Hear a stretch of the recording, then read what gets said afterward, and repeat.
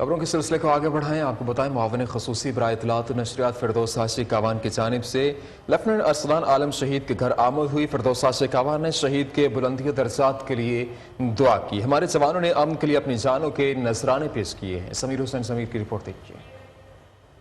وفاقی وزراء شہداء کو خراج عقیدت پیش کرنے کے لیے ان کے گھروں کا دورہ کر رہے ہیں۔ چنانچہ وزیر اعظم کی معاون خصوصی برائے اطلاعات و نشریات فردوس ہاشمی کاوان نے راولپنڈی میں لیفٹیننٹ ارسلان عالم شہید کے گھر کا دورہ کیا۔ اس موقع پر فردوس ہاشمی کاوان نے کہا کہ آج شہیدوں اور غازیوں کو خراج تحسین پیش کرنے کا دن ہے۔ پاکستان اس وقت تک مضبوط نہیں ہو سکتا جب تک کشمیر آزاد نہیں ہوتا۔ کشمیری 1 ماہ سے زائد عرصہ سے بھارت کی قیدی بنے ہوئے ہیں۔